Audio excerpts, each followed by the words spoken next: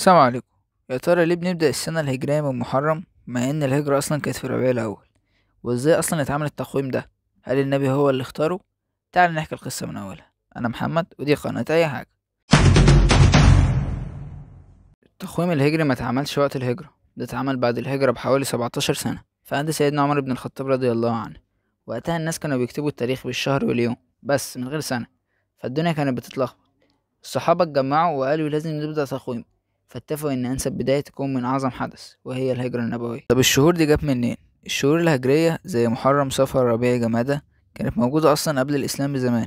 العرب زمان كانوا بيستخدموا نفس الأسامي وكان عندهم تقويم قمري بسيط بس مفهوش ترقيم للسنين. يعني كانوا بيقولوا حصلت الحادثة دي في شعبان بس محدش يقول في سنة كام، لحد ما جه الإسلام واتلغى نظام النسيء اللي كانوا بيبدلوا بيه الشهور على مزاجهم. بيحاربوا في شهر حرام فيأجلوا الشهر ويحطوا مكانه شهر تاني. بس الغريب إن الهجرة كانت في ربيع الأول والسنة بتبتدي من محرم، ده لأن محرم أول شهر بعد موسم الحج وده كان بيعتبر بداية جديدة في تقاليد العرب.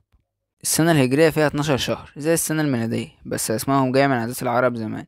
محرم كانوا بيحرموا في القتال، صفر كانت البيوت بتخلى منهم وقت الحرب، ربيع الأول والثاني جايين في وقت الربيع، جماد الأولى والثانية جماد المياه وقت البرد، رجب من الترجيب يعني التعظيم، شعبان بيتشعبوا فيه القتال، رمضان من الرمض يعني الحر الشديد، شوال بيشيلوا السلاح بعد رمضان، ذو القعدة كانوا بيقعدوا على القتال، ذو الحجة وهو موسم الحج.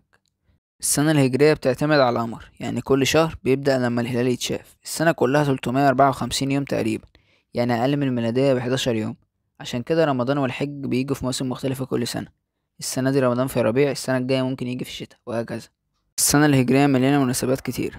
1 محرم بداية السنة، 10 محرم عاشوراء وده اليوم اللي نجى فيه ربنا سيدنا موسى، 12 ربيع الأول وده المولد النبوي، 27 رجب الإسراء والمعراج، رمضان صيام الشهر المبارك، 10 ذي الحجة وده عيد الأضحى.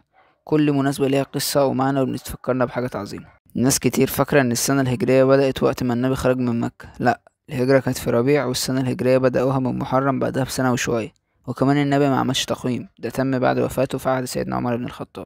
كل سنة وانت طيب ورب تكون سنة جديدة كلها خير ونجاحات. شارك الفيديو مع صحابك وقول لنا في الكومنت ايه أكتر مناسبة بتحبها في السنة الهجرية.